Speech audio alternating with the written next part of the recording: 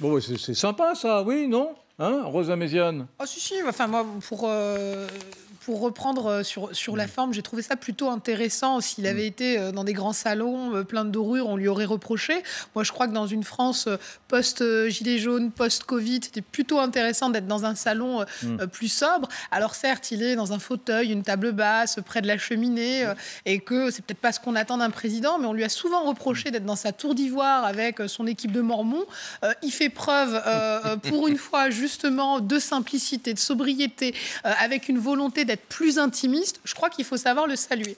Maintenant, cette originalité sur la forme, je la trouve aussi intéressante de vouloir rendre hommage à ceux qui ont fait France pendant cette année 2020, très compliquée. Rendre hommage aux petites mains, rendre hommage à toutes ces personnalités. Et d'ailleurs, je note même qu'il a joué le jeu de la diversité en parlant de Médis, cet enseignant qui a fait un cours post-attentat sur la laïcité. Il a même parlé de la question des inégalités. Attendez. Il a parlé d'une infirmière de Limoges, d'un chauffeur éboueur de Guyane, le chef d'une entreprise de masques, de Lucas, cet enfant de 11 ans qui a donné sa tablette à un résident d'EHPAD. Il a parlé d'une libraire, d'un gendarme qui a évacué les résidents d'une maison de retraite lors des inondations dans les Alpes-Maritimes, et puis d'un professeur défenseur de la laïcité, et enfin de la footballeuse Wendy Renard. Donc, exactement. Portrait de Français, on dirait un documentaire.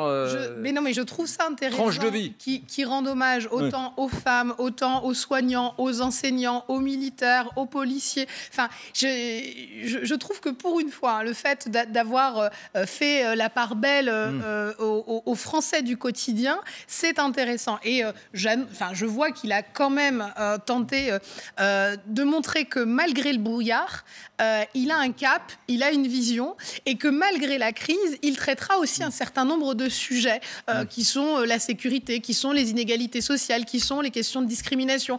Et donc ça, c'est intéressant de voir un président qui, certes, parle près de la moitié de son allocution sur la question du Covid parce qu'elle est importante pour les Français, mais en même temps, il parle d'autres sujets parce qu'il faudra aussi vivre cette année 2021, pas que sous le prisme de la Covid.